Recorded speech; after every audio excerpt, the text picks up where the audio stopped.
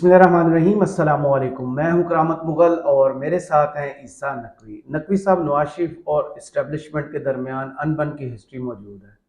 अब क्या सब कुछ अच्छा चल रहा है या मामला गड़बड़ है? देखें करामत मुगल साहब, गुज़श्ता 24 से 48 घंटों में जो कुछ डेवलपमेंट्स हुई हैं, क्योंकि कुछ चीज़ें होती हैं जो आपके सामने आ जाती हैं, कुछ चीज़ें हैं जो आपको सोर्सेज के ज़रिए बाद में पता चलती हैं, और कुछ चीज़ें ऐसी होती हैं जब आप किसी डेवलपमेंट को होता देखते हैं और आप उसको ज़रा थोड़ा सा क्रिटिकली एनालाइज करें ना, तो आपको पता चलता है कि इसमें दरमियान में कहानी कुछ और है।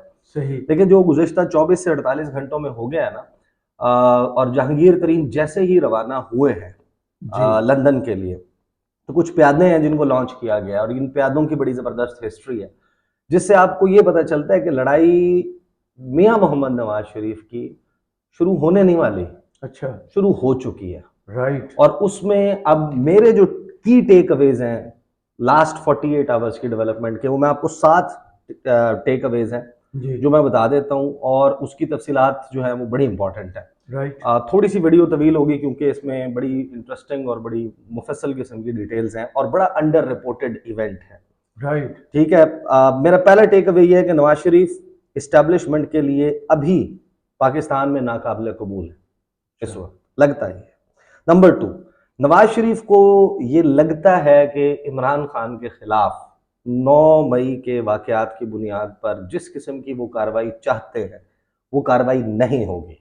राइट। नंबर 3, नवाज शरीफ को लगता है कि इस्टेब्लिशमेंट उन्हें चौथी मरतबा वजारत उज़्मा की कुर्सी पर नहीं बैठने देगी। सही। नंबर 4, नवाज शरीफ को लगता है कि इस्टेब्लिशमेंट उनके साथ साथ उनकी बेटी के सियासी कैरियर को भी लात मार रही है। नंबर 5, नवाज शरीफ को लगता है कि इस्तेहकाम पाकिस्तान पार्टी नून लीग बिलखसूस मरियम और उनके सियासी मुस्तकबिल के लिए खतरा है। नंबर 6, नवाज शरीफ साहब जो है उनको इस्टेब्लिशमेंट पर अभी भी बिल्कुल कोई भरोसा और एतबार नहीं है। सही। और नंबर 7, नवाज शरीफ को लगता है कि इमरान खान और इस्टेब्लिशमेंट में लड़ाई की वजह से यही नादिर मौका है जिसमें वो आर्मी पर दबाव बढ़ाकर अपने लिए साजगार माहौल भी बनवा लेंगे और जो फैसले वो चाहते हैं वो भी करवा लेंगे। ज़ाहिर है माहौल ऐसा बना हुआ है, तो वो उन्होंने फिर अपने प्यादों को लॉन्च किया लास्ट ईयर। जो लोग ज़ाहिर है कि जो डेवलपमेंट से वाकिफ हैं, आपके इल्म में भी है, जी। जब जब आपने देखा कि लड़ाई और मैच फंसा है ना, सियासी लड़ाई, और लगता था कि इमरान खान की तरफ फेवर में जा रही है मामलात, तो कुछ लोगों को लॉन्च किया जाता था, वो प्रेस कॉन्फ्रेंसेस करते थे और उसके फिर साउंड बाइट्स इमरान खान ने बाद में यूज़ भी की और पीटीआई ने। वो क्या थे कि जनाब कभी ख्वाजा साद रफ़ी, कभी जावेद लतीफ़, कभी खुर्रम दस्तगीर, कभी एहसन इकबाल, ये प्रोग्राम्स में बैठ जाते थे और ये कहते थे कि फिर हम बता देंगे। जी। धमकी एक देते थे। हाँ, एक धमकी देते थे, फिर हम बता देंगे कि हमें क्यों लाया गया, हमें क्यों लॉन्च किया गया, हमारे से क्या करवाया गया, हमें किस खतरे का बताया गया था। वो इस्टेब्लिशमेंट को ब्लैकमेल कर रहे थे और जी। उसके लिए उन्होंने वो ब्लैकमेलिंग करके उन्होंने बहुत कुछ करवाया भी। सही। वो ब्लैकमेलिंग चल रही थी। अब गुज़श्ता रोज़ जब जहांगीर तरीन के जो इस्तेहकाम पाकिस्तान पार्टी बनी है ना, उसके लिए हामिद मीर समेत बहुत सारे मीडिया के जो जो गुरूज समझे जाते हैं, वो बैठकर जिस तरह 24/7 उनको एयर टाइम भी दे रहे हैं, उनके बारे में दावे भी कर रहे हैं, हालांकि उनके पल्ले कुछ नहीं है उस जमात के, अवाम में उसका कोई राबता, कोई कनेक्शन, कोई रूट्स नहीं है। सही। लेकिन उनके दावे बड़े इंटरेस्टिंग है कि ये पावर जो ब्रोकर है ये बन जाएंगे, इन ये उस स्ट्रेंथ में आ जाएंगे जहां पर ये हुकूमत गिराने और बनाने की पोजीशन में होंगे बिल्कुल सही। कि पीटीआई के पीपल्स पार्टी के साथ मिल जाए तो वो हुकूमत बना ले, नून लीग के साथ मिल जाए तो वो हुकूमत बना ले, तो आर्म ट्विस्टिंग होगी और बड़े नंबर में सीट्स निकाल लेंगे। अब ये दावे जब होना शुरू हुए तो जाहिर है कि नून लीग में दो किस्म की आ रहा, एक आपने देखा कि जनाब उनसे हमारे ताल्लुकात अच्छे हैं, कुछ राय आई कि हम इनके साथ अलायंस वगैरह भी कर लेंगे। वो शहबाज शरीफ ग्रुप से हो रही हैं बातें। जी। जो नवाज शरीफ ग्रुप है वो कहता है कि जनाब हम पंजाब अपने निशान पर, अपने सिंबल पर, अपने कायद के नीचे खड़े होकर इलेक्शन लड़ेंगे, कोई सीट एडजस्टमेंट नहीं होगी, कोई इत्तेहाद नहीं होगा। बिल्कुल ऐसे ये ही। जो खौफ तारी हुआ है ना, ये खौफ इसी ये इस्तेहकाम पाकिस्तान, सब कुछ बेहतरीन चल रहा था, आपको इस किस्म की ना कोई प्रेस कॉन्फ्रेंस नजर आ रही थी ना स्टेटमेंट। अब बाकायदा जावेद लतीफ को लॉन्च करके इस्टेब्लिशमेंट को पैगाम देने के लिए बाकायदा एक प्रेस कॉन्फ्रेंस करवाई गई है, अंडर रिपोर्टेड रही है। वो जी। जिन सर्कल्स में रिपोर्ट होनी थी होगी, जिसने उसको प्रेस कॉन्फ्रेंस को सुना है ना, उसने अपनी छोटा सा जिस तरह ओसीबी होता है अखबार में जितनी स्पेस होती है थोड़ी सी कर दी। आप जरा गौर करें कि जी जावेद लतीफ ने उसमें कहा क्या है। जावेद लतीफ की कुछ गुफ्तगू है, मैं आपके सामने रख रहा हूँ, and that is very relevant, and मैं यानी कि उसको आई नॉट चेंज, मैं उसका कॉन्टेक्स्ट बैकग्राउंड चेंज करने की, बिल्कुल उन्हीं अल्फाज में जरा आप सुन लें और आप समझ लें कि लड़ाई चल कहाँ रही है और किस तरीके से चल रही है। जावेद लतीफ प्रेस कॉन्फ्रेंस करते हैं, इधर से जहांगीर तरीन रवाना होते हैं, और जब रवाना होते हैं ना, आपको पता है कि जब किसी अमीर बंदे के गरीब रिश्तेदार आ रहे हो और वो पैसे शैसे मांगने, उनको लगे कि यार ये हमसे पैसे ना मांग लेना, तो वो पहले ही रोना धोना शुरू कर देता है। पता है आजकल बड़े खर्चे चल रहे हैं, महंगाई फलां चल बहुत रहा है, है, महंगाई बिजली का बहुत है। बिल ज्यादा आ रहे हैं, बच्चों की स्कूल की फीस बढ़ गई है। हाँ बिल्कुल, तो ताकि ये मांगने वाले से पहले ही जनाब इसको पता चल जाए। अब इधर से जहांगीर तरीन टेक ऑफ करते हैं और उधर से जनाब लैंड करते हैं टीवी स्क्रीन के ऊपर जावेद लतीफ साहब, और वो कहते हैं कि जनाब 9 मई का वाकया, उसके हवाले से बात करते हैं। वो कहते हैं कि जो 9 मई का वाकया, जो उसको तशबीह देते हैं कि जिस तरह खुदकुश हमले होते हैं ना, तो उसके लिए जो जैकेट बनाने वाला है वो भी तो मुजरिम है, जो उसको सहूलतकारी फराहम करने वाला है वो भी तो मुजरिम है। तो आप जब रियासत या रियासती इदारे, एग्जैक्ट इन हिज वर्ड्स, वो कहते हैं कि आज तक जितने खुदकुश हमले हुए, दिफाई इदारे और दीगर इदारे खुदकुश जैकेट बनाने वाले तक क्या नहीं पहुंचते? सहूलतकारों के खिलाफ कार्रवाई नहीं होती तो फिर 9-10 मई को तैयार करने वाले लोग, जैकेट बनाने वाले लोग, ये जहन साजी करने वाले लोग किस तरह बच सकते हैं? और अगर कौम के सामने पूरा सच ना लाया गया कि किस तरह 6 साल तक ये सियासी बुत बनाया गया, तो एक तबका आज भी समझता है या समझता रहेगा कि ये सियासी लीडर है, इमरान खान के मुतालिक बात कर रहे हैं, और एक तबका ये समझता रहेगा कि ये दहशतगर्द है, और एक तबका ये समझता रहेगा कि ये आलमी कुव्वतों का आलाकार था। ओ भाई, अगर ये आलाकार था और है, जो सबूत है, आप कौम के सामने क्यों नहीं लाते और वो इदारे से लेकर आए, लोगों को लेकर आए। जो 3 इदारों ने मिलकर इसको बनाया था, अगर मैं बात करूं, कोई और सियासी जमात बात करे तो ये कहा जाएगा कि ये सियासी पॉइंट स्कोरिंग कर रहे हैं। यानी अब वो ये कह रहे हैं बेसिकली इस्टेब्लिशमेंट से, मियां मोहम्मद नवाज शरीफ एंड मरीम नवाज साहिबा थ्रू जावेद लतीफ ये कह रहे हैं कि इदारे के लोग आए और आके खुद प्रेस कॉन्फ्रेंस करें और सबूत जो है वो सामने रखे जाएं। अब सबूतों की बात अब वो भी कर रहे हैं, राना सनाउल्लाह के मौजूद हैं, इमरान खान साहब के खिलाफ कार्रवाई के हवाले से वो कह रहे हैं 2-3 हफ्ते में होगी। तो नवाज शरीफ साहब के जो फियर्स है ना, वो अब अंदर से वो सेंस ऑफ इनसिक्योरिटी में इजाफा हो रहा है, और उन्होंने बाकायदा ये जो ब्लैकमेलिंग वाला काम है ना वो शुरू किया है। और इनमें अब यहाँ से आप इस गुफ्तगू में सुने, कहते हैं जनाब सियासी पॉइंट स्कोरिंग होगी। जिन इदारों के पास, रियासती इदारों के पास सबूत हैं इस दहशत गर्दी के 9-10 मई के, जो कनेक्शन आलमी कुव्वतों से मिलते हैं, वो हकाइक कौम के सामने रखे जाएं ताकि कौम को पता चल सके कि सियासी जमात और दहशत गर्द ग्रोह में क्या फर्क होता है। अच्छा, ये उनका मौक़िफ़ है, ये जाहिर है कि ये डिस्प्यूटेड है, बिल्कुल सही। अभी तो जाहिर है कि ये चीजें कोर्ट ऑफ लॉ में और आप सबूत सामने रखेंगे, बट ही इज सेइंग के है या नहीं है ये रखें, ये हमारा मिनिस्टर, ये हमारा मुतालबा है जी। सुने, कहते हैं जनाब जिस तरह सुप्रीम कोर्ट से आवाज आ रही है कि नवाज शरीफ को अकामा पर सजा देना ज्यादती थी, तो अब हमें इसी तरह की आवाज दिफाई इदारे के साबिक लोगों से भी मिलती है। मगर आज ये काफी नहीं है कि ये कह दें आप कि इसको पाला गया, इसको लाया गया, नवाज शरीफ को किस तरह हटाया गया। मुझे तो इस बात से सरोकार है कि वक्त मुकर्ररा पर मेरे पाकिस्तान में इलेक्शन होने चाहिए। अगेन उनका फियर यह है कि शायद अब इलेक्शन भी नहीं होंगे। अच्छा, इलेक्शन भी नहीं होंगे, और इलेक्शन के लिए जो वो चाहते हैं कि इन लवाजमात के तहत इलेक्शन हो, वो भी नहीं होंगे। और मेरे पाकिस्तान, वो कहते हैं कि मुझे तो इससे सरोकार है कि वक्त मुकर्ररा पर जो इलेक्शन हो, जिसके साथ जो जुल्म ज्यादती पिछले 6 साल से हुआ है उसका मद्दावा किया जाए, और उसका मद्दावा ये नहीं कि कभी हाजिर सर्विस किसी इदारे का बंदा ये बात कर दे और कभी कोई इदारे का रिटायर्ड बंदा ये बात कर दे कि नवाज शरीफ के साथ बड़ा जुल्म हुआ। मैं आज बतौर पाकिस्तानी ये बात रखना चाहता हूं उन पॉलिसी साजों के सामने। अब जाहिर है कि ये हमारे सामने तो, मीडिया के सामने तो नहीं रख रहे, बिल्कुल ये पॉलिसी साजों, इदारों में बैठे हुए पॉलिसी साजों, तो he is directly addressing the establishment. बिल्कुल ऐसे ही, ठीक है। उनको कह रहे हैं कि उनके सामने कि अगर आप समझते हो कि दहशत गर्दों को पाकिस्तान में कोई जगह नहीं होनी चाहिए, मैं अगर समझता हूं कि जिन्होंने 9 मई का वाकया किया और क्या इसलिए कि पाकिस्तान को नुकसान पहुंचे, तो वो किसी तौर पर भी किसी ड्राई क्लीन मशीन या वॉशिंग मशीन में धुलकर साफ नहीं हो सकते। अब वो आते हैं इस्तेहकाम पाकिस्तान पार्टी की तरफ। जी जो तहरीक इंसाफ के लोग छोड़कर प्रेस कॉन्फ्रेंस करके इस्तेहकाम पाकिस्तान पार्टी में जा रहे हैं ना, तो अगेन मियां साहब का जो फियर है वो यहाँ पर क्योंकि सामने आ रहा है, तो वो इससे इस्टेब्लिशमेंट को मैसेजिंग कर रहे हैं। वो कहते हैं कि जनाब किसी ड्राई क्लीन मशीन, किसी वॉशिंग मशीन से धुलकर साफ नहीं हो सकते, अगर साफ किए जाएंगे तो 9-10 मई के बाद कोई बड़ा सानेहा हो सकता है।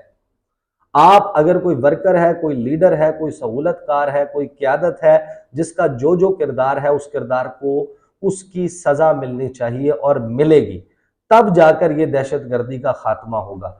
Basically he thinks and PML and Mian Mohammad Nawaz Sharif and Maryam Nawaz they think, उनको ये लगता है कि ये जो लोग प्रेस कॉन्फ्रेंस करके वहां जा रहे हैं, इससे ये सारा मामला जो है ना, इसके ऊपर क्वेश्चन मार्क लग गया कि 9 मई अगर संगीन जुर्म है, रेड लाइन क्रॉस हुई है, तो फिर इनके खिलाफ एक्शन होना चाहिए। सही।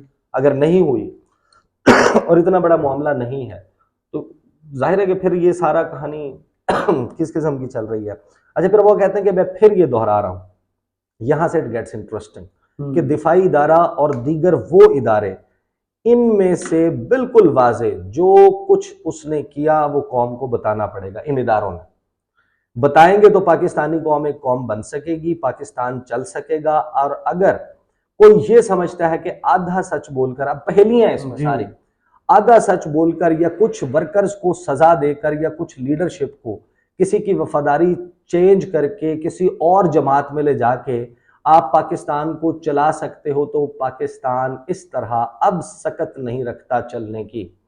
पाकिस्तान ने चलना है इंशाल्लाह, तो कौम को पूरा सच बताना होगा कि किन लोगों का क्या किरदार था। और इसी तरह नवाज शरीफ के मुतल्लिक अगर ये कहते आए हैं कि इदारों में बैठे हुए लोग माफी मांगे, यानी हम ये कहते आए हैं और माफी मांगकर रेड कारपेट पर नवाज शरीफ को वापस लाया जाए, तो आज पाकिस्तान के वसी तर मफाद में मैं ये कहता हूं कि बेशक माफी ना मांगो, ना रेड कारपेट बिछाओ, मगर पब्लिक के सामने आकर इदारे के लोग जो हाजिर सर्विस हैं वो बताएं कि हकीकत के इमरान खान जो था वो किन कुव्वतों का आलाकार था और नवाज शरीफ जो था वो किन कुव्वतों को कहने पर हमने सी पैक रोकने के लिए न्यूक्लियर पावर को कमजोर, बड़े संगीन इल्जाम है। वो कहते हैं कि न्यूक्लियर पावर को कमजोर करने के लिए हमने मईशत को कमजोर करने के लिए किन को सहूलतकारी दी और हमारे किन लोगों ने नवाज शरीफ को बेगुनाह होने के बावजूद डाकू, चोर और लुटेरा कहा। Now he is building up a whole case और ये कह रहे हैं कि जनाब हाजिर सर्विस लोग आए और आकर अब ये करें और नवाज शरीफ को रेड कारपेट पे नहीं मिलाते तो नवाज शरीफ के को क्लीन शिट दें इदारे। सुप्रीम कोर्ट से भी ये मुतालबा कर रहे हैं और ये पाकिस्तान की मिलिट्री स्टैब्लिशमेंट से ये कह रहे हैं। आगे वो कहते हैं कि जनाब तो आज एक दहशतगर्द की बात कौम तक क्यों नहीं पहुंच रही, यानी कि नवाज शरीफ को तो डाकू, चोर और लुटेरा कहा था, अब आप आए और आकर ये प्रेस कॉन्फ्रेंस करेंगे जिसमें आप इमरान खान को दहशतगर्द कहें। ये बेसिकली मुतालबा है और ये जाहिर है कि लंदन से आ रहा है। आगे क्या मुतालबा है, कहते हैं कि इसी तरह मैं कहूंगा कि इस्तेहकाम पाकिस्तान जो पार्टी बनी है, मेरी बड़े अदब से गुजारिश होगी कि वो भी अपने जो भी सच बोलना उन पर फर्ज है वो भी अपने हिस्से का सच बयान करें। पहली है पूरी प्रेस कॉन्फ्रेंस में इमरान खान के साथ होते हुए जो वो करता रहा था कि अगर आपकी भी कोई गलती हुई तो कौम भूल जाएगी कि आपने सच बोला है, लेकिन अगर आपने सच ना बोला तो फिर तरह तरह की आवाजें उठेंगी कि किस तरह जमातें बनाई और तोड़ी जाती हैं। अगेन इस्तेहकाम पाकिस्तान पार्टी को अब वो डायरेक्टली लिंक कर रहे हैं कि इसको बनाया जा रहा है और पीटीआई को और जाहिर है कि ये मुझे तो नहीं कह रहे ना कि मैंने बनाया है, ना आपको कह रहे हैं कि करामत मुगल साहब आपने बनाया, ना ये जनाब किसी पुलिस के महकमे को या किसी और को कह रहे हैं। तो is directly sitting federal minister saying कि एस्टेब्लिशमेंट जो है वो ये बना रही है। सही। अब ये पीटीआई कहे तो और बात है, जब गवर्नमेंट कहेगी ना तो इसका मतलब बिल्कुल और है। सही। आगे वो कहते हैं कि इसी तरह अदलिया से 9 मई का सानिया करने वालों को सबूत होने के बावजूद फौरी जमानतें दे दी जाएं, छोड़ दिया जाए, तो मैं और आप ये 23 करोड़ अवाम फिर वो कहते हैं यास्मीन राशिद, परवेज इलाही, अल कादर ट्रस्ट, अगर इनको सहूलत मिलती रहेगी तो अदलिया पर एतमाद खत्म हो जाएगा। माशाअल्लाह। ठीक है, अगेन वो ये सेंस कर रहे हैं कि इन केसेस में भी इमरान खान को और तहरीक इंसाफ को जो सजा मियां मोहम्मद नवाज शरीफ चाह रहे हैं वो नहीं मिलेगी। जी ठीक है, वो तो जाहिर है कोर्ट ऑफ लॉ में तो चीजें और तरीके से प्रूव करनी होती हैं, बट दोबारा ये पॉलिसी साजों और उन पर आते हैं। अब ये कौन है, ये जावेद लतीफ बता दें भाई। नून लीग बता दे। हम्म। ये बात जाहिर है कि उन लोगों के मुतालिक की जा रही है जिनके बारे में बात करना बड़ा मुश्किल होता है, तो आप वैसे क्या ही फेडरल भला होता मिनिस्टर कि इस प्रेस कॉन्फ्रेंस से पहले वो इस्तीफा एहतजाजन देते और फिर ये प्रेस कॉन्फ्रेंस आगे करते, आगे क्योंकि सुनेंगे। पोर्टफोलियो तो उनके पास है नहीं किसी वजारत का। वो कहते हैं जनाब मैं समझता हूँ जो दिफाई इदारे में बैठे पॉलिसी साज हैं, रियासत की जरूरत है, कौम की जरूरत है, कौम को यूनाइट करने वाले। आज कौम सवाल कर रही है, कौम इल्तजा कर रही है, आपसे कह रही है कि आप ये रहम करें, कौम को इस कर्ब से निकालें कि दहशतगर्द की तारीफ क्या है और सियासतदान की तारीफ क्या है, और 9 मई को जो कुछ हुआ वो भी कौम को सच बताया जाए कि कौन कौन इसमें मुलव्वस था और नवाज शरीफ को हटाने में कौन कौन मुलव्वस था। यानी ये काम आप गवर्नमेंट में बैठे में आप करें ना, एब्सोल्युटली। क्वेश्चन तो बनता है ना। आगे कहते हैं जनाब उनको भी बेनकाब करके नवाज शरीफ को तमाम इदारों में बैठे लोग मिलकर जाकर लेकर आए। माशाल्लाह। इदारों में बैठे हुए लोग अब कौन बगीना सजा के लेके जाए। यानी प्रैक्टिकली वो ये कह रहे हैं कि शायद इदारों में बैठे हुए जावेद लतीफ साहब ये एक्सपेक्ट कर रहे हैं कि army chief, DGISI, chief justice of Pakistan और DGISPR और पता नहीं कौन कौन, दिस इज व्हाट लिस्ट बना सेइंग। वो कह रहे हैं कि ये जाएं और लंदन से मियां साहब को अपने साथ लेकर आए, पाकिस्तान लेकर आए। वो कहते हैं कि तमाम इदारों में बैठे लोग मिलकर जाकर लेकर भी आए ताकि पाकिस्तान को चलाया जा सके। अब ये छोटे छोटे तजुर्बे करने से, ये इस्तेहकाम में पाकिस्तान पार्टी को कह रहे हैं, छोटे छोटे ग्रुप बनाने से पाकिस्तान नहीं चल सकता। यह हकीकत मान लें और पाकिस्तान पर रहम करते हुए नवाज शरीफ को लाया जाए। और जो लोग ये कहते हैं कि पिछले दिनों या अगले दिनों हमारी किसी से डील है और बाद में कोई और, नहीं कोई डील नहीं है, पहेलियां full full riddles, full of riddles. यानी कि वो ये सारे कि कोई डील नहीं है। और कहते हैं जमहूरियत में कोई डील नहीं होती, डील हमेशा अवाम से होती है और अवाम जिसको मुंतखब करेंगे वही आइंदा अपनी हुकूमत बना सकेगा। हमारी किसी से डील नहीं है। नून लीग अपने प्लेटफॉर्म से इलेक्शन लड़ेगी, अपने सिंबल पर, अपने निशान पर, नवाज शरीफ की क्यादत में इलेक्शन लड़ेगी। हम ये जरूर कह रहे हैं कि लेवल प्लेइंग फील्ड सबको दी जाए। वहां सवाल जरूर कर रहे हैं कि नवाज शरीफ को क्यों नहीं दे रहे level playing field. Yes, Nawaz Sharif, मैं आपको बता रहा हूँ ना कि मेरा टेक अवे यही है कि नवाज शरीफ को लगता है कि उनके लिए अभी भी वो जो सॉफ्ट कॉर्नर, वो जो नरम गद्दा, नरम बिस्तरा तलाश कर रहे हैं, वो अभी अवेलेबल नहीं है। अरशद शरीफ साहब के कत्ल केस का हवाला देते हैं बलूचिस्तान के उसका, और ये मुतालबा अब यहाँ पे ये करते हैं इस पॉइंट पर प्रेस कॉन्फ्रेंस में कि इनकी कार्रवाई इमरान खान के खिलाफ की। ठीक है, फिर कहते हैं कि मैं ये गुजारिश करूंगा कि तमाम इदारों में बैठे मुअज़्ज़िज़ इंतहाई काबिल एहतराम शख्सियात से कि खुदा के लिए पाकिस्तान पर रहम करें, अब मजीद मुतहम्मिल नहीं हो सकते कि सब कुछ जानते बूझते हुए इसलिए ना बोलें कि इसका फायदा नवाज शरीफ को ना पहुंच जाए, इसलिए जबान बंद रखें कि इसका नुकसान इमरान खान को ना हो जाए। अब इससे बाहर आए, जो जो कसूरवार है, भले आपकी नापसंदीदा शख्सियत यानी नवाज शरीफ जी को फायदा पहुंचता है के स्टाम्प पेपर पे अभी 4 साल से लंदन में बैठे पहुंच जाए, मगर आइन और कानून के मुताबिक अब चला जाए। अब वक्त बहुत थोड़ा रह गया है। अब मैं कह रहा हूं अपनी रियासत के इंतहाई अहम इदारों में बैठे इंतहाई मुअज़्ज़िज़ लोगों से, again now we know who is he addressing, कि वो किस से बात कर रहे हैं। खुदा के लिए 2017 से ही सही आज तक 9-10 मई तक जो कुछ हो चुका है उस पर लब कुशाई करें, हकीकत से पर्दा उठाएं। भले हकीकत सामने आने पर मुझे फांसी लगती है दे दें, मगर मुल्क को चलने दें। और भले आपकी नापसंदीदा शख्सियत को कौम चौथी मर्तबा प्राइम मिनिस्टर बना देती है, बना लेने दें ताकि ये मुल्क चल सके, इस मुल्क को चलने दें। यानी जावेद लतीफ साहब कह रहे हैं कि रियासत के इंतहाई अहम इदारों में बैठे इंतहाई मुअज़्ज़िज़ लोगों की नापसंदीदा शख्सियत है नवाज शरीफ, और चौथी दफा प्राइम मिनिस्टर ख्वाहिश, प्लीज, ठीक है नहीं, ये आपकी नापसंदीदा शख्सियत है लेकिन इसको बनने दें। और directly he is talking to the establishment. और आखिर में वो ये 23 करोड़ अवाम की अपील है जो मैं इदारे में और इदारों में बैठे लोगों से कर रहा हूँ, खुदा के लिए सच बोल दें, हकीकत बयान कर दें, दहशतगर्द को दहशतगर्द कहने दें, सियासतदान को सियासतदान कहने दें, ताकि पाकिस्तान आगे चले। सो टेक्निकली स्पीकिंग 24 से 48 घंटों में मियां मोहम्मद नवाज शरीफ के जो फियर्स हैं ना, now they are doling out in public.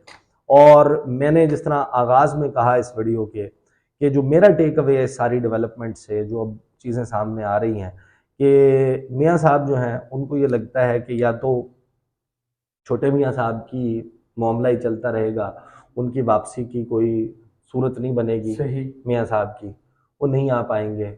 Maryam Nawaz का सियासी मुस्तकबिल, वो फिर उनको लगता है कि इस्तेहकाम पाकिस्तान पार्टी, मैं ब्लैकमेल होता रहूँगा, एंड ही थिंक्स के इस्टेब्लिशमेंट नहीं चाहती कि वो चौथी मरतबा प्राइम मिनिस्टर बने।